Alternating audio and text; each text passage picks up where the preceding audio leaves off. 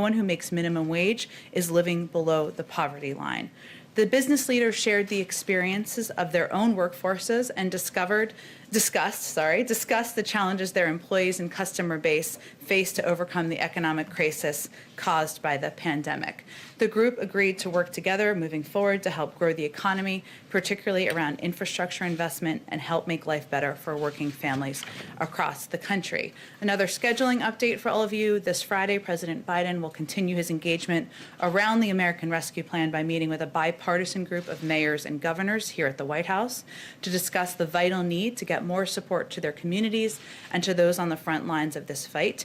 He has proposed $350 billion in support for state and local government. That means keeping cops, firefighters, public health workers, teachers, and other public servants on the job in the fight against the virus. And that means getting help to cities, counties, and states to get vaccines and arms faster, something many governors and mayors have spoken about. Mayors in particular are on the front lines of this, and we've seen widespread bipartisan support from them. We're hoping to even bring some of them to the briefing room here to talk with all of you on Friday.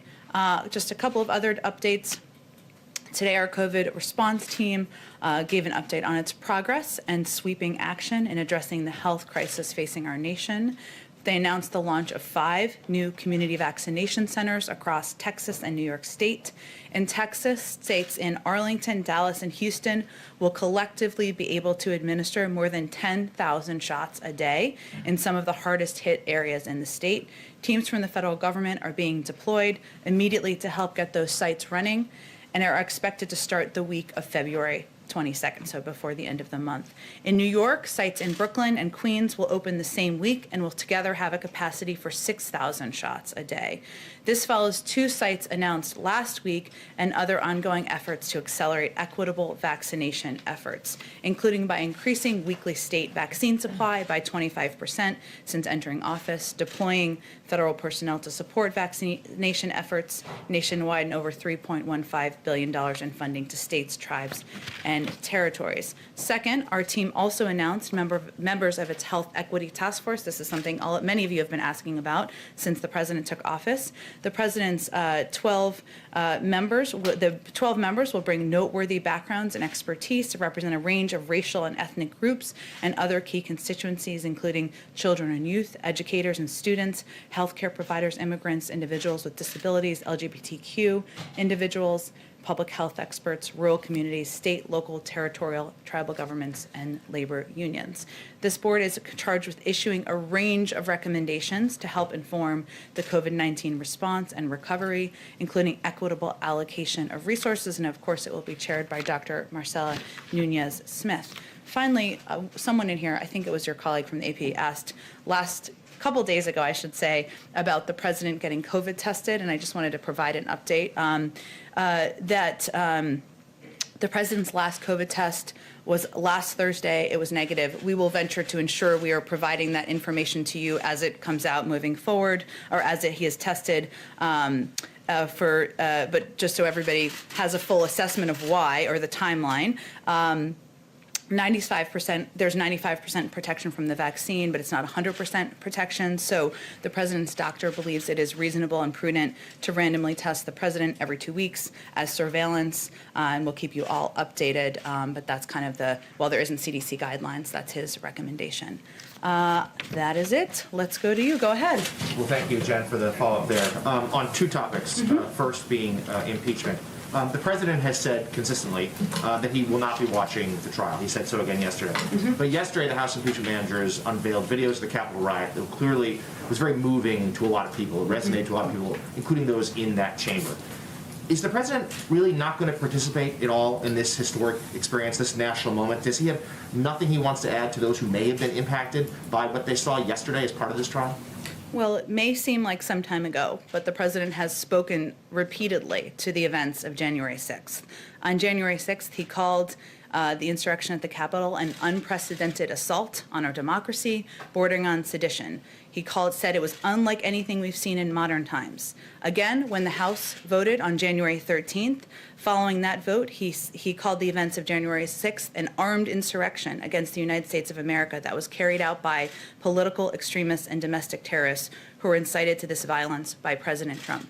He has certainly not been silent, and he won't be silent on, of course, his concerns about hate rhetoric and speech and the impact that has in society. And he hasn't been silent on the actions of the former president. On another matter, the CDC today announced that they find that they have a study that showed that 2 masks are significantly better than 1 in slowing the spread of coronavirus.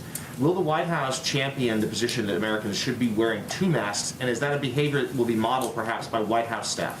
Well, I've learned a lot about this myself, the issue of studies versus recommendations or specific guidelines, I should say. So this was a study which was a reflection of the importance of well-fitting masks, something that many of our health and medical experts have talked about. It doesn't actually issue definitive guidance on 1 mask versus 2 masks. Obviously, if that's something they were to issue as official guidance, we listen to our health and medical experts. But the study does show that if a person has a loose-fitting mask, that they should consider options to improve that fit. And this includes nose wire, knotting the earlobes on your mask, wearing a cloth mask over a medical procedure or disposable mask, something we do here quite a bit. So the bottom line of that study is actually to improve the fit of the mask, and a second mask is one of several options to be able to do that. And then just to follow up, and then I'll hand off.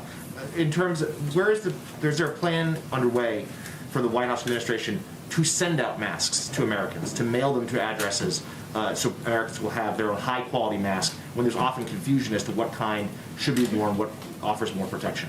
Sure. Well, one, the president uses every opportunity he has, as he did at the Super Bowl, not that he was there, but in the PSA, to make clear to the American people the safety of wearing masks, the impact of wearing masks. He said that it would save 50,000 lives, more than 50,000 lives, if Americans wore them for 100 days. There are a range of options under consideration to how to ensure that people who need masks the most, people who need this type of protection the most, receive it, but no final decision has been made. Go ahead. The president's remarks at 1 o'clock on Burma, could you give us a little flavor of what he's going to say? Is he going to announce sanctions? I've been here long. We're having such fun together. I don't think you want me to get fired on week 3 of my time here as the press secretary. He will have more to say about actions being taken by the United States in response to the coup in Burma. Just to follow up, he's called for the military coup leaders to stand down. Is there any indication that they are doing that yet?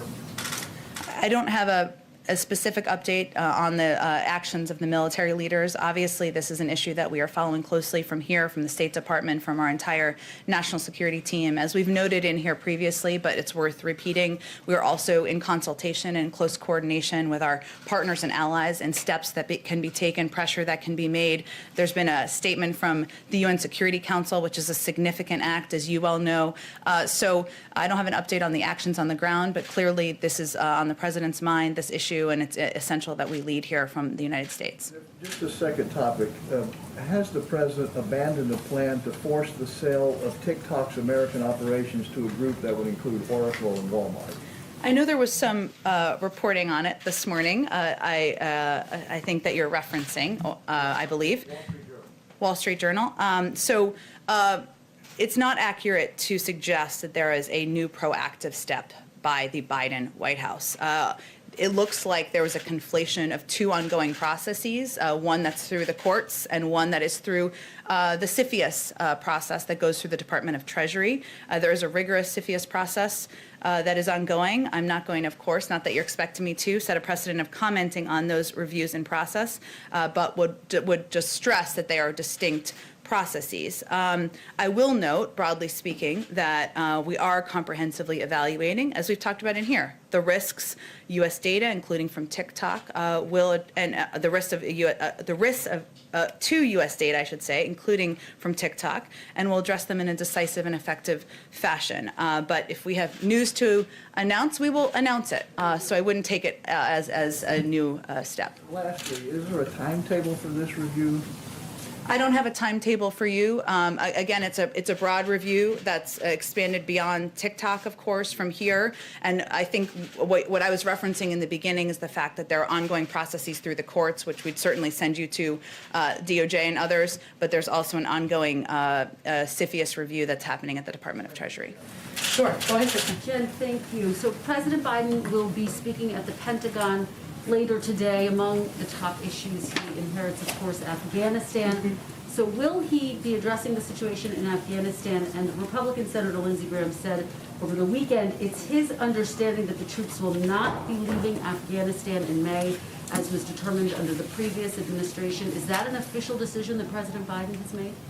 I'm not aware of Senator Graham being a spokesperson for the administration. I will say that I wouldn't expect there to be an update in his remarks today at the Department of Defense on Afghanistan. Of course, this is a topic that is of utmost importance to the president and his national security team, but I don't have an update on force posture, and I wouldn't expect one today. Just to be clear, no official decision on the troop withdrawal that was previously determined under the previous administration. There's no update on a change or update on a status of the status of the force posture. Obviously, that would be something determined in consultation with the Secretary of Defense. So I understand what you're asking. He's going there today, but that's not the focus of his trip. Okay, and if I could just follow up with you on comments you made yesterday about school reopenings. You said the goal was for more than 50% of schools to have some teaching in person at least one day a week. You said you hoped it would be higher. But why is the administration setting the bar at one day a week? Why not go higher? Well, certainly we are not planning to celebrate at 100 days if we reach that goal. That is our own effort to set our own markings, set an bold and ambitious agenda for how we're going to measure ourselves and progress. But we certainly hope to build from that, even at 100 days. And from there, our objective, the president's objectives, is for all schools to reopen, to stay open, to be open 5 days a week, for kids to be learning. That's what our focus is on. This is simply a goal for 100 days. So, Jen, a lot of schools are already doing that. And for working parents, one day a week doesn't help a whole lot. That's, again, the bar of where we'd like the majority of schools across the country to be, which they're not at this point in time. And we want to build from there. And it really depends. It differs from school district to school district. Part of the reason that there is funding in the American Rescue Plan is to ensure that school districts that don't have the funding they need to ensure they are equipped to reopen, to meet that bar and exceed it, are able to do exactly that. Go ahead. Thanks, Jen. I want to pick up on Jonathan's comment on the president, or question on the president not engaging on impeachment. Indulge me. Sure. Always happy to. How should the American public interpret the president's silence on this? Is he not invested in the outcome of this trial, or is he? The American public should read it as his commitment to delivering on exactly what they elected him to do, which is not to be a commentator on the daily developments of an impeachment trial, but to push forward an American Rescue Plan that will put people that will ensure people are back to work, get the assistance they need, get shots in arms, reopen schools. That's what they asked him to do, and that's what he's focused on doing every day. It's wrapped. Well, he did put out a statement at the conclusion of the House trial, so I'd certainly keep that option open. And he was obviously asked a question, as you referenced yesterday, about it, and reiterated that where his focus is. And I expect that will be his focus for the coming days. And then one housekeeping thing. House Minority Leader Kevin McCarthy is indicating that he hasn't heard directly from President Biden, and that he reached out on January 8th and has yet to hear back from the president directly. Why is President Biden not engaging with I won't the tell top him you called him Republican- President Trump. Why is he not engaging with Kevin McCarthy directly? Well, I can assure you that senior members of our team are in close consultation and in touch with senior members of Congressman Leader McCarthy's team. I don't have any additional calls to read out for you other than to repeat or reiterate that the president is open to and committed to speaking with a range of Democrats and Republicans, as is evidenced by the people he's brought here to the White House. And he picks up the phone on a daily basis and calls people, but I don't have any calls to Leader McCarthy to read out for you today. Go ahead. Two topics. First of all, what does President Biden think about the Dallas Mavericks owner, Mark Cuban, deciding to indefinitely stop playing the national anthem before his National Basketball Association games?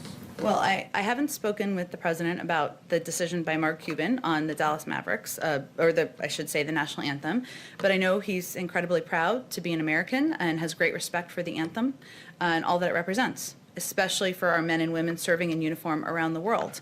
He'd also say that, of course, that part of pride in our country means recognizing moments where we as a country haven't lived up to our highest ideals, which is often and at times what people are speaking to when they take action at sporting events. And it means respecting the right of people granted to them in the Constitution to peacefully protest. That's why he ran for president in the first place, and that's what he's focused on doing every day. And then on schools, when President Biden talked for the last couple months, particularly during the transition, about reopening schools within the first 100 days, why didn't he ever mention the small print that that was just going to be for 1 day a week as the goal?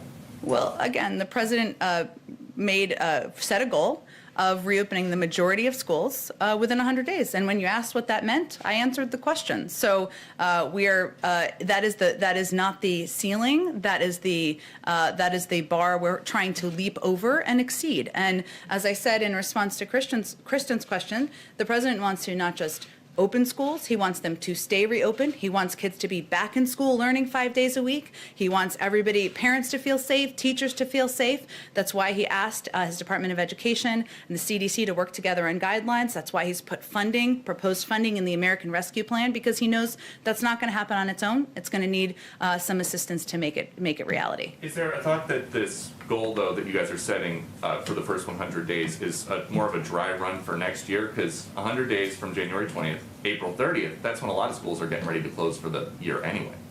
Well, it just happens that January 20th is when every president is inaugurated, so we can't change that. And 100 days we felt was a period of time, a measurable period of time where we could set a goal, measure ourselves against, hopefully leap way past that goal. That's always our objective, and then build from there. And you're right, schools won't be in session for the summer, but this is a pandemic. We're working to get under control, making progress every month, and we're certainly hopeful that things will be, more kids will be back in school 5 days a week as quickly as it can safely happen. And then just one more for one of our colleagues who could not be here because of social distancing guidelines.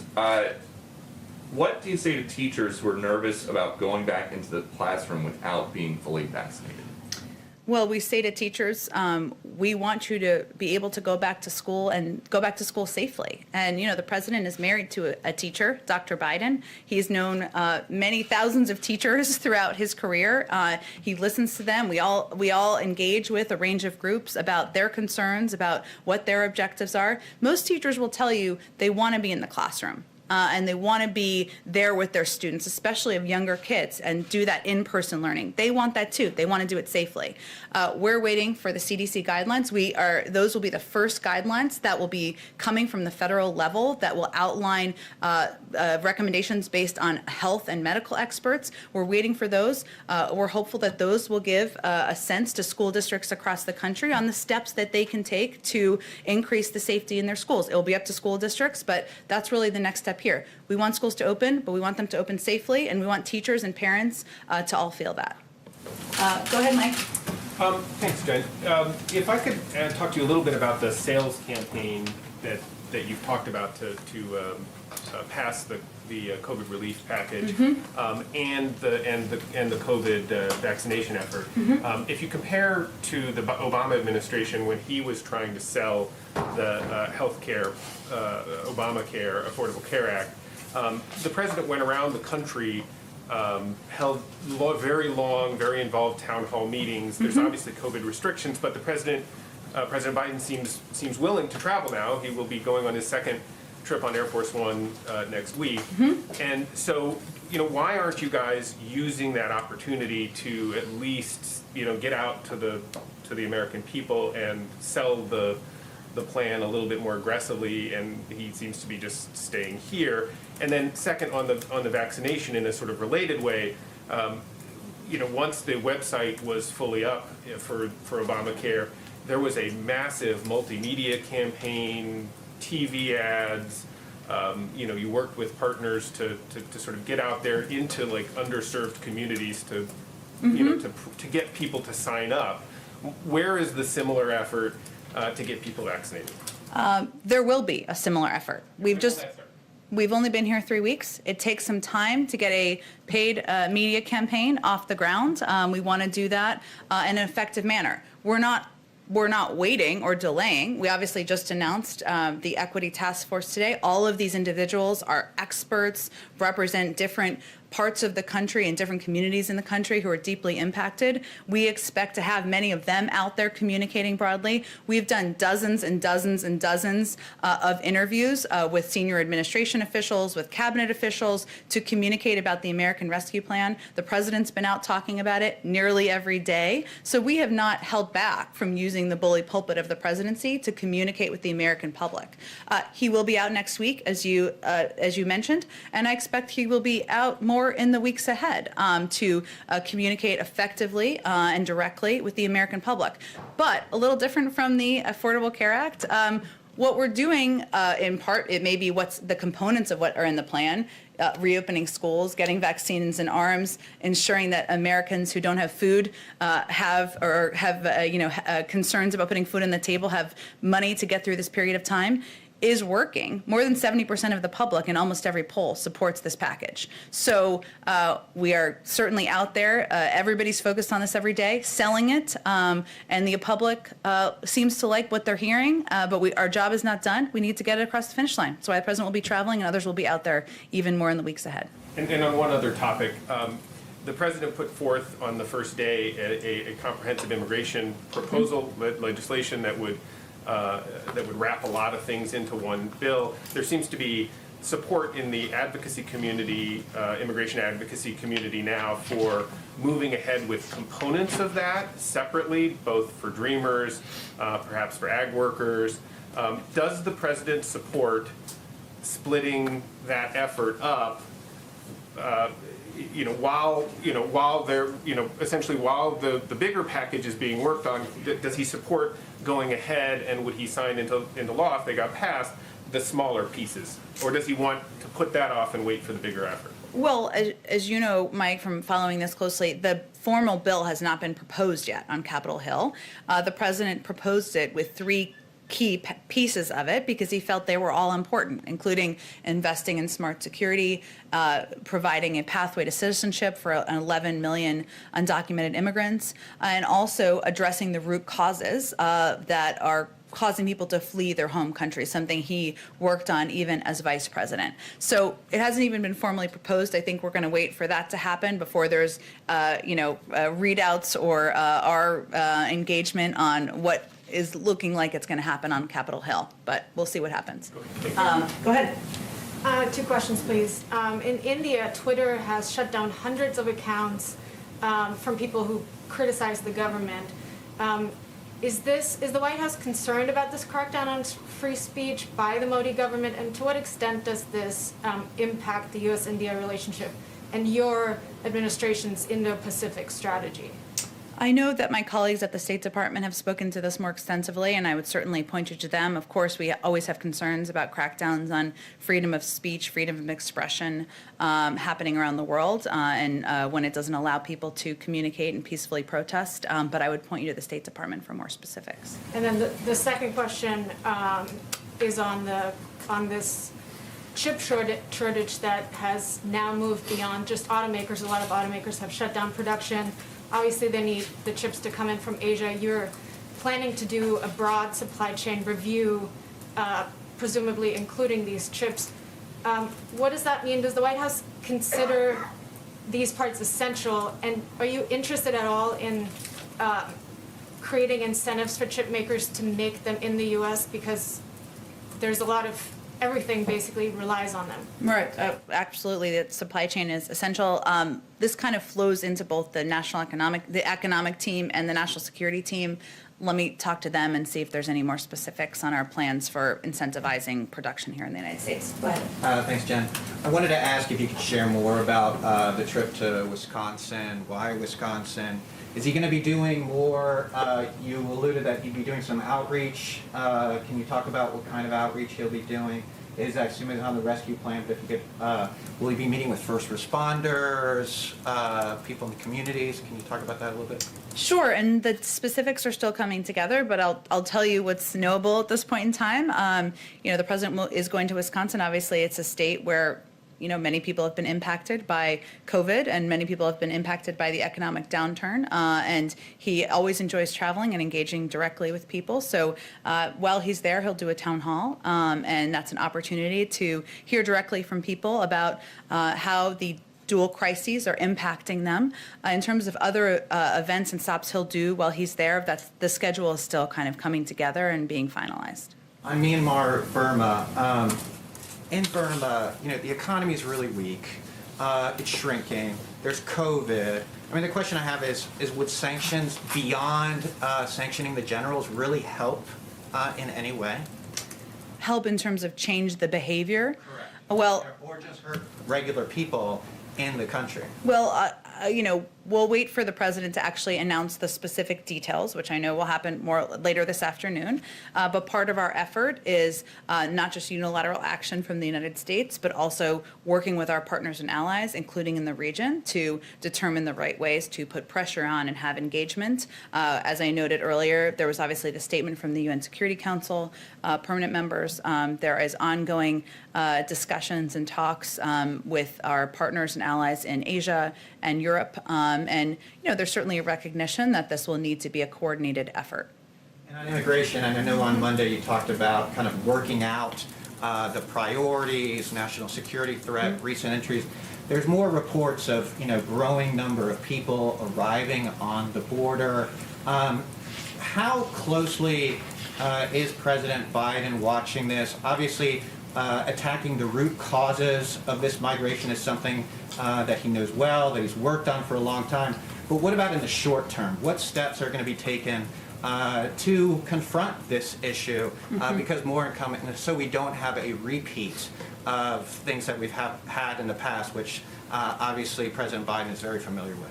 Sure, he's certainly following it closely, but obviously defers to the leadership and the guidance of his Secretary of Homeland Security, Ali Mayorkas, who is now confirmed, been in office in his role for just over a week now. Obviously comes to that job with a great deal of experience working on these issues, including during challenging times. But since you gave me the opportunity, I mean, one of the things we are certainly doing is communicating that due to the pandemic and the fact that we have not had the time as an administration to put in place a humane, comprehensive process for processing individuals who are coming to the border, now is not the time to come. And the vast majority of people will be turned away. Asylum processes at the border will not occur immediately, will take time to implement. And as DHS and CBP have said, when long-term, this is, there have been incredibly narrow and limited circumstances where individuals have been have come in to the country awaiting for their hearing, but the vast majority have been turned away.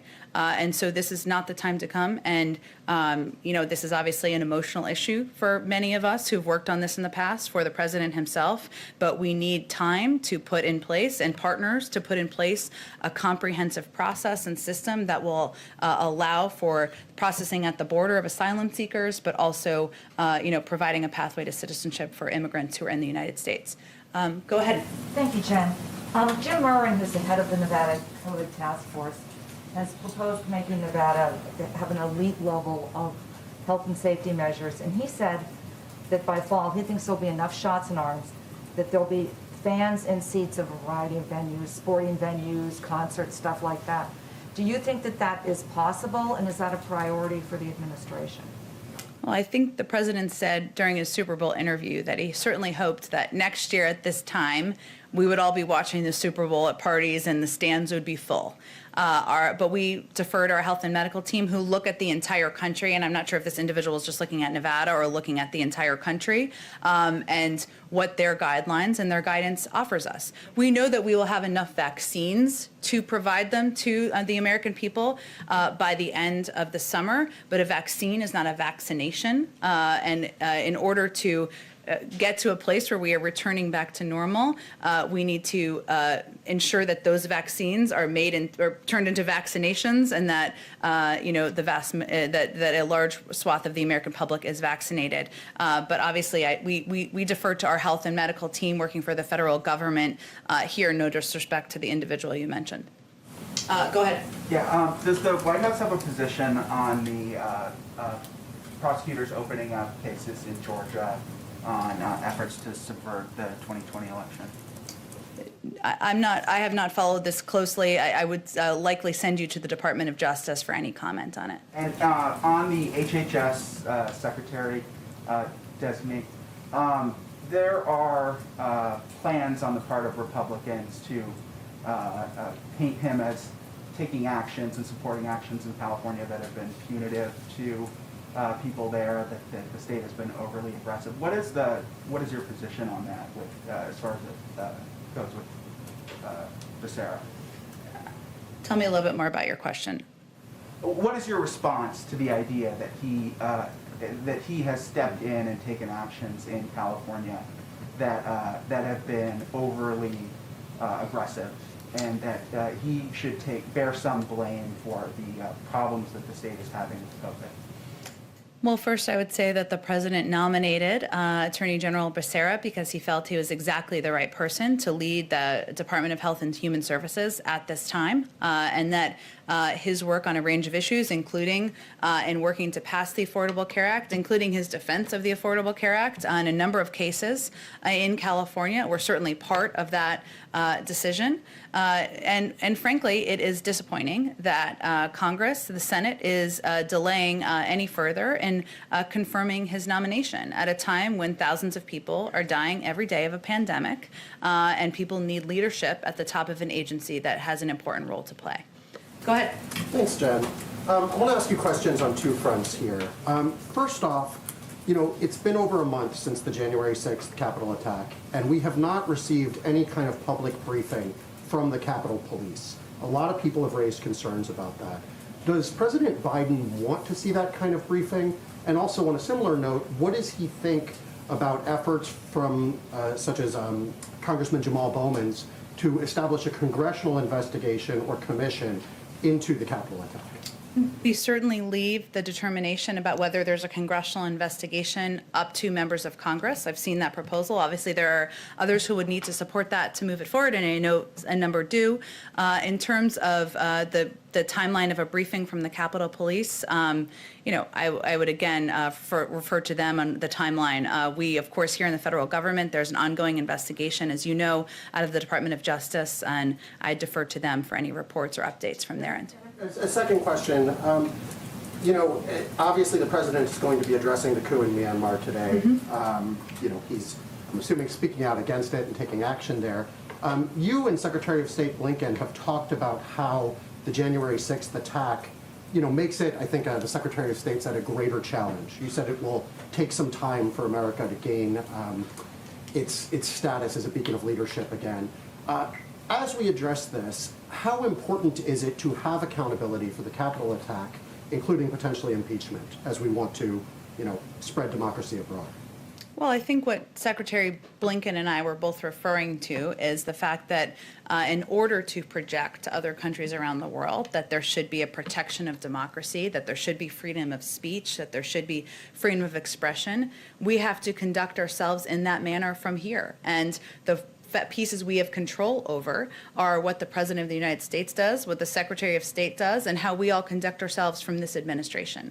He has spoken, as I started the briefing talking about, to his views on the horrific events of January 6th and the fact that it was an attack on our democracy here. He made those statements because that's how he felt, and also it's important to make that clear to the public and to the world. But in terms of what steps will be taken from here, we leave that to the Senate. Obviously, we're calling what happened in Myanmar a coup. Do you think that's an accurate description for what happened on January 6th? I'm not going to give any new definitions. There's obviously a process that's ongoing. I'm sure you'll all be watching today as the Senate proceeds with the hearings. I appreciate your creativity, though. Go ahead, in the back. The Iranian-backed Houthi rebels attacked Saudi Arabia today in Abha. The coalition called it a war crime. does this undermine the president's effort to end the war in Yemen? And are you putting too much faith in the Houthis rebels' intention to get into the negotiation?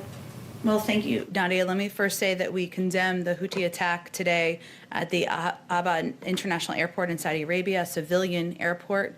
The attack coincides with Special Envoy Lender King's first trip to the region and his efforts to bring a lasting peace to Yemen that will ease the suffering of the Yemeni people. The Houthis, meanwhile, continually demonstrate a desire to prolong the war by attacking Saudi Arabia, including attacks on citizens. And we will continue our diplomatic outreach and engage with various stakeholders, including members of Congress, humanitarian aid organizations, the UN Special Envoy, and others to bring a negotiated settlement to end the war. As President Biden has said, we are stepping up our diplomacy to end the war, as he said last week at the State Department. And the main focus of our efforts will continue to be on diplomacy to end the war via the UN-led process, to impose a ceasefire, open humanitarian channels, and restore long dormant peace talks. We believe that remains the best path forward. Thank you. I have a quick question on Iran. Some reports indicating that you're considering baby steps to get back into the negotiation. Is this on the table? Is this something that the administration is considering at the time? Did you say baby steps? I'm sorry, the masks make it hard to hear. The president's focus is on reiterating what he did last weekend, which is that in order to move forward, Iran needs to comply with the outlines of the JCPOA and the agreement that was formed just a few years ago. In terms of any additional steps under consideration, I don't have any update on that. Go ahead. Thanks, Jen. I wanted to ask you about the budget, which I know it's a little early to be thinking about, but It's never too early to talk about the budget. Skinny budget, all sorts of budgets. can you lay out a timeline for us of when to expect to see the president's first budget? And my second question is does the president plan to cut his proposal or cut defense spending or propose to cut defense spending? As you know, our nominee to lead the OMB just had her hearing yesterday, and hopefully she'll be in place soon. But there were some challenges that came about during the transition in terms of a bit of intransigence from the outgoing administration and lack of cooperation as it related to OMB and the budget process. So we expect there to be a delay in the release of his first budget. I don't have an exact timeline of when that will be, though. Would we see an outline or something? I mean, I know the budget's a thick document, but would you see an outline before that, or what are you thinking? I don't have anything to preview yet for you. I can talk to our friends or connect you directly with our colleagues at OMB and see if there's anything more specific they can preview for you at this point in time. Thank you. Sure. Go ahead in the back. Yes, thank you, Jen. On Iran as well, does the administration welcome any role that its allies in the region can play in order to help facilitate talks with Iran or bring it back to the table? I mean, General McKenzie said on Monday, namely about Qatar, when you consider the problem with Iran, they have a large role to play in that. Does the administration consider Qatar as a potential, maybe role player in bringing Iran back to the table? And knowing that both National Security Advisor Sullivan and the Iran's envoy Rob Mali, they both spoke with the Qatar Foreign Minister. Well, the way to move things forward is for Iran to come into full compliance with its obligations under the JCPOA. And if they do that, the United States would do the same and then use that as a platform to build a longer and stronger agreement that also addresses other areas of concern. So that's really, the ball is really in their court to take those steps. And whether there are roles of other countries in the region, obviously in any of these if we were to reach that stage, consultations with countries in the region would be a key part of that process, but we're certainly not there yet. And also on the Houthis, please, delisting the Houthis from the terror list, other than the humanitarian assistance, does it have any strategic significance? Is the administration willing to enter a dialogue with the Houthis in order to end the war in Yemen in a peaceful way? I know there have been some reports, but I don't believe my colleagues at the State Department have confirmed anything about delisting, so I would point you to them for any confirmation or specifics and any of the reasoning. Is the administration going to do that anytime soon? Again, I'd point you to the State Department. They have not even spoken to these reports. Go ahead, Mike.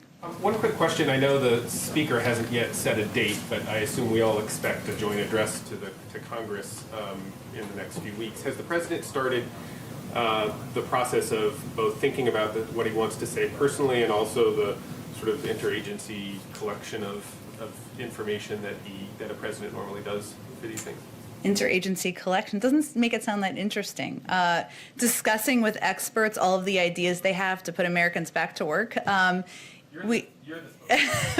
We have, I don't have any update on a date. Obviously, there are, the impact of COVID includes the fact that it is challenging to envision how you'd have 500 people in attendance at a joint session. But obviously, Is a remote speech possible? there are a range of. There are a range of options under discussion. We're engaged with it. I don't have any updates for what it will look like or when it would be. But I can say that the president is eager to lay out more specifics of his Build Back Better agenda, and he is in ongoing discussions with a range of stakeholders in Congress and the administration outside about what that's going to look like. And he mentioned that when he gave his not joint session speech. Sorry, he wasn't in office yet. But when he gave his primetime address a couple of weeks ago, that would kind of be the next step. So he is, always discussing with experts and policy experts what that would look like, but I don't have anything on the timeline or what the format would look like. Does he want the American Recovery Plan to be passed before he delivers that speech? He wants the American Rescue Plan to be the ARP, you can call it, sometimes it's easier, to be passed as quickly as possible. He certainly, as having served in the Senate for 36 years, he knows that there's a process that needs to take place. As you know, it's working its way through the committees in the House, then it will go to the Senate. That takes a little bit of time just by the nature of the important work that happens. He is pleased with the progress and the urgency he sees from the House and Senate, but in terms of a specific date for his next speech or next proposal, I just don't have anything to preview for you. Thank you, Jen. Thank you, everyone. Thanks, Jen.